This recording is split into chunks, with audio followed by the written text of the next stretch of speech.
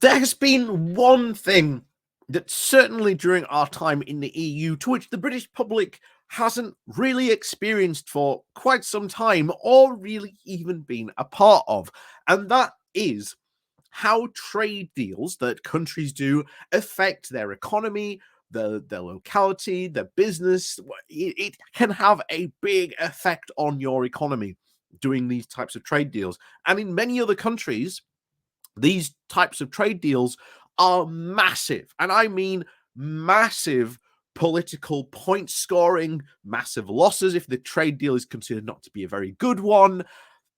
It can have huge effects on a country. And we have been very, very much spared from that being in the EU. But now that we're out of the EU and we've had to sort of go and do trade deals, as we've we've spent a lot of time on this channel telling you all how bad some of these trade deals that the UK has been involved with, or at least trying to do over the past couple of years. And one of the big ones, especially this Australia one, which was the big flagship one to show, oh look, Britain's back on the world stage, we can do trade deals. Why was it so important? Because it was not a temporary one. Most of these other trade deals that they've done with like Canada, Mexico, and Japan are not a proper free trade agreement. These weren't hammered out from scratch. They were basically, oh look, this is the EU agreement. Let's just continue doing that for now while we hammer out a proper one. Let's keep the trade flowing. And most of those countries were very happy to sort of do those, because guess what? They're many of those, as we said, huge pitfalls in those agreements. You can't just replicate an EU agreement and say, yes, it's going to work perfectly for the UK. And like I say, we did a couple of videos about the big problems with the Japan deal and it massively overfavoring Japanese sort of, exporters and hugely disadvantaging any UK exporter that might want to export to Japan. And of course, now we're seeing some first potential signs of these types of trade deals now entering our political discourse and even into language, because we've got here George Eustice has come out and actually said, yeah, that Australian trade deal wasn't very good. Here's the thing, we've signed that deal now, George. Too late. Too late. Yeah, and honestly, if you thought leaving the EU, if you laughed at our the stuff that we had, all it was going on during trying to leave like the EU, trying to leave a trade deal which you've signed is even harder. So the fact that you've already got people like George Eustice, who is a Brexiteer, going, yeah, that Australian trade deal wasn't very good. The fact that it overwhelmingly favors Australia, the fact that it will just destroy British farming in about 15 years' time. It's too late to say this now, George. Too late to say this now. And I am shocked, though, that he isn't blaming Liz Truss, because if I was George Eustice, I'd be blaming Liz Truss. Put all the blame on her. Do that. That's what you need to do. Blame Liz Truss. Kersey Kutang's done it, so you need to do it too, George. Get on that blame Liz Truss train.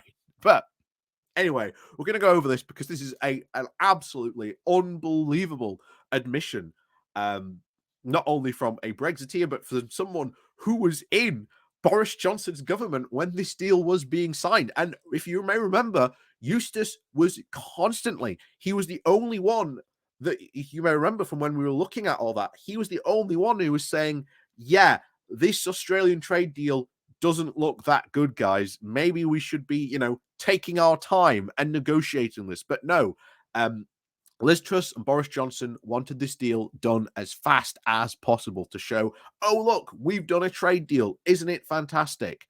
And of course, it isn't when you look at the fine details and print. So before we go diving into this, please do remember to hit that like, share, and subscribe button. And of course, down below there are links to my Patreon page and a donation link called Buy Me Coffee. Wake you up, buy me coffee. And as always, there is the YouTube thank you button and the YouTube Pony Club also down below as well. So check those out. And thank you everyone to who does support the channel, even if you do hit the like and share buttons. So we go today to The Guardian with their coverage of this. The title of Flagship, post-Brexit Australia trade deal not actually very good. MPs here. Who saw this coming? Who saw this coming? Oh, we did. You know. So on with it. The UK's flagship post-Brexit trade deal with Australia is not actually a very good deal, former Environmental Secretary George Eustice has said.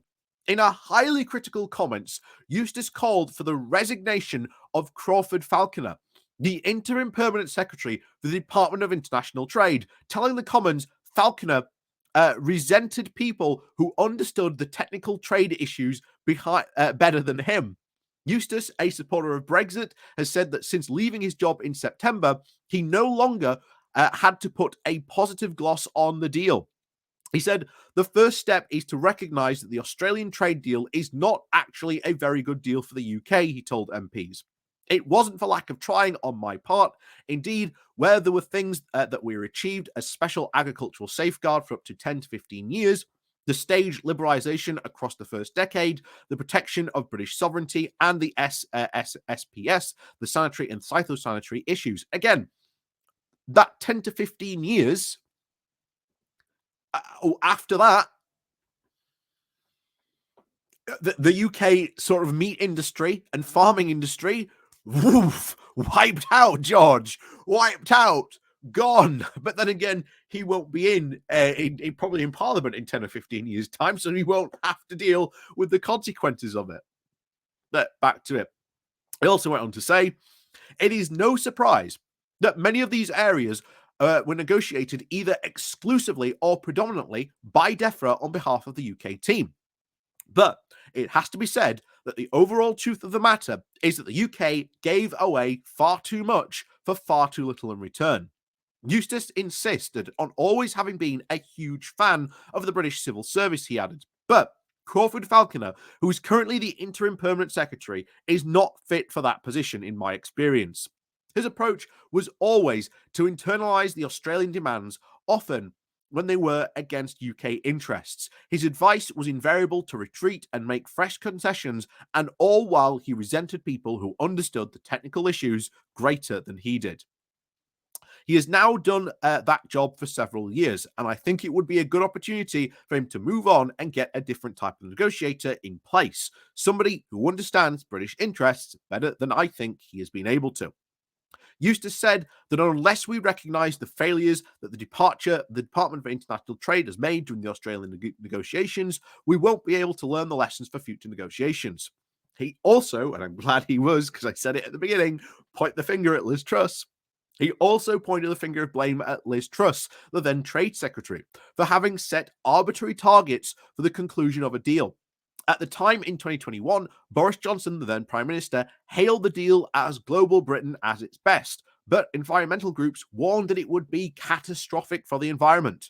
Responding to Eustis, a source for the Department of International Trade, which was now overseen by Kemi Badenoch, said that George Eustice was a member of the cabinet, which collectively agreed this trade deal, and if the deal was as bad as he claims, he would have never have approved it. So now you can see there is argument in the cabinet between Brexiteers. You've got George Eustice, who is now a backbencher, saying, yeah, now I'm not in the cabinet. I don't have to put a positive deal, a positive gloss on this deal. I can tell it how it is. It's an absolutely awful deal. But remember, when we were going over all the time, all the stuff that was coming out of cabinet, it was always George Eustice who was the only one who was saying, yeah, this deal isn't very good. I have big problems, and was constantly getting into fight with Liz Truss. So while I'm at least glad he's saying just how bad this deal, it just goes to show you one of the things that we've said all the time, that doing these international deals at this incredibly ridiculous breakneck speed, again, getting a deal done in like less than 6 months is unheard of, purely because of the fact that most of this deal and all this type of stuff is really highly technical. This is why normally most trade deals take between about 8 to 10 years to actually negotiate. And this was done in less than like 6 months, roughly. And all of it favors Australia massively. Even the Australians were shocked and saying, yeah, we can't believe how much we got from the UK. And it's a bad deal. It is bad for UK farmers, it is bad from the environment, and it really does not serve a good purpose for us because, as always, Australia is halfway around the world. You know, the cheese company, the Cheshire Cheese Company we covered yesterday, he can't just start sending cheeses to Australia, because the cost to send stuff that far is pretty expensive. So unless you're a large company, you really can't take advantage of this trade deal. And unfortunately, it is massively in favor of the Australian market and Australian businesses and manufacturers. So thanks to that, guys. As we always said, this was a bad deal and it was an awful deal. And thank you very much, George Eustice, for coming out and saying just how bad this is. But it's more interesting for the fact that you've got George Eustice and Kimmy Badenoch, who are both committed Brexiteers, who are now saying and arguing with each other about how bad this trade deal really was. And it's funny, Badenoch saying, oh, he never would have approved it. Eustice was the only one who's coming out of the cabinet saying, yeah, this deal is bad, this deal is bad, this deal is bad, this deal is bad. There's these problems. We need to sort out these problems. Why is Liz Truss not sorting out these problems? And honestly, I hate the fact that he's blamed a civil servant. I don't think that's the right thing to do. Because we should always keep the civil service non-politicized, and this heavily politicizes the civil servants, because you want people to be able to sort of take these jobs without being sort of heavily criticized in sort of a very a big manner. Not that they shouldn't be held to account, but they should not be held to account for failings, which were ultimately who Liz Truss was responsible. His boss, Liz Truss, was that boss. She is the one who is ultimately responsible for it. But yeah, the signs that there are these massive cracks now appearing between the Brexiteers, these huge infighting battles that we've seen very recently, it's getting interesting, because even now the Brexiteers, as we always said, hold on, we were Brexiteers, but actually we want different things. That gets very, very interesting, because that can signal huge fractions with even just the Brexit section of the Conservative Party. That's very interesting, the fact that happens. But yeah, interesting times ahead. Very interesting times indeed are ahead. So, as always, thank you very much for watching. Please do remember to hit that like, share, and subscribe button. And of course, down below, there are links to my Patreon page and a notification link called Buy Me Coffee, where you can buy me coffee. And as always, thank you very much for watching. And of course, we'll see you all next time.